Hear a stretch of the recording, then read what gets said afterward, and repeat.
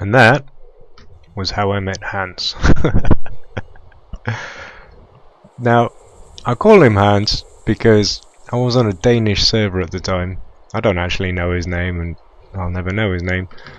But this was the most unlikely set of events you could possibly imagine. So, I'm on this server, it's a Danish server, it's 2 in the morning, and there was one other person on the server. Literally one.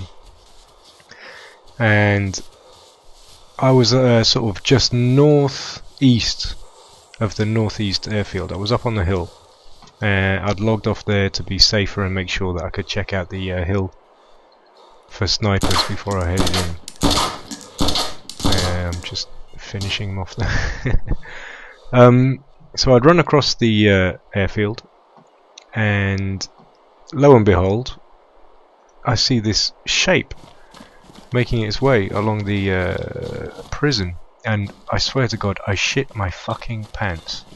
I mean, imagine, this is 2 in the morning, I wasn't using a lamp in the game, and I'd turned off the lights in my room as well, so that I could actually see the screen, and you can see just how dark it was at the time.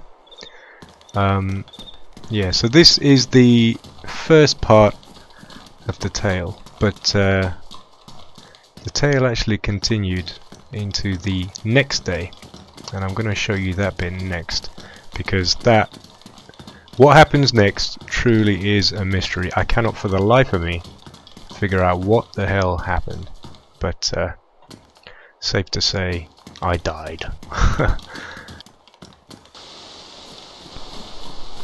So this was the next day, and it was about 9 or 10 in the evening, and I thought I'd come back onto the same server, same airfield, and I'd do some more raiding. I was looking for a handgun at the time, and there's a bit more of this footage because I want to show you just just how bloody careful I'd been.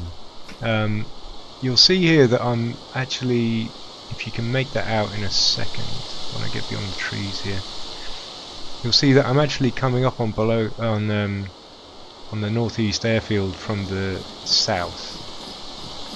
And the reason is that I'd made my way all the way around, so I'd followed the tree line all the way north and west and then south, followed the road, keeping my eyes out the whole time just to make extra sure that I didn't get caught out like the day before. I mean, it kind of taught me a lesson that you never know what's going to happen. You never know when someone's going to be around the corner, and you're never safe. So, and also because it was about 9-10 in the evening, there were about 12-13 people on the server, and I know from watching other vids that this airfield's pretty popular at the moment. So yeah, I was being extra careful. I mean, you can see here, keeping an eye on the prison, looking around, and I'm staying still as well to make sure I can see any movement, which I've found is pretty key. Checking every direction and staying in cover too. Looking round the other side of the building, being extra careful before I even enter the building, checking every other side of it. So yeah, and then I head in. This is sort of the west side of the airfield, and I wanted to check all the buildings and make sure that I wasn't missing anything. I was sort of desperate to get this this handgun, and I think I needed some more ammo or something at the time. Yeah, get myself properly kitted out. One thing is worth mentioning is this right here. You see how the doors are closed? What I didn't do at the time was notice that even though these doors were closed, this one was open. Being closed on the outside, that had actually lulled me into a sort of sense of security, and I think I was beginning to get a little bit complacent. I mean, I'm still looking out the windows and checking around, but I wasn't. I was starting to think about other stuff. You know, where am I going to go next? What else do I need? Yada yada yada. And sort of almost convinced myself that there was gonna be no one else around.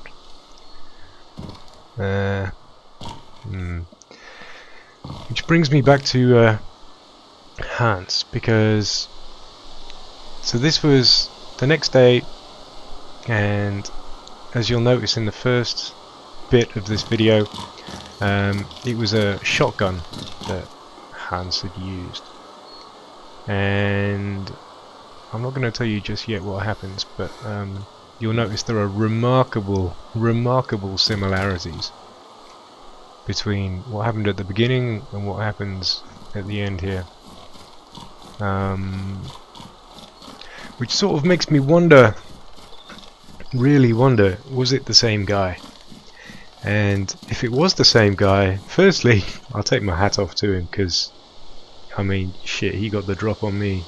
I had no clue that there was anyone else even around. I didn't see a soul. Secondly, it makes me wonder how he was playing the game. I mean, if this was the same guy, he must have just been waiting and waiting and waiting, you know, stealthily, just sort of biding his time, looking for the opportunity to... Would it be too much to think that someone actually wanted to take revenge in this game? Or am I just being... am I overthinking it? I mean, who knows? But yeah, I just thought, firstly, the chances of someone meeting someone when there's only one person on the server the first night, and then the second night running into someone with the same gun in the same place on the same server, I mean, it makes you wonder. And now I realise more than ever that you are never safe in DayZ. So make sure you watch yourselves.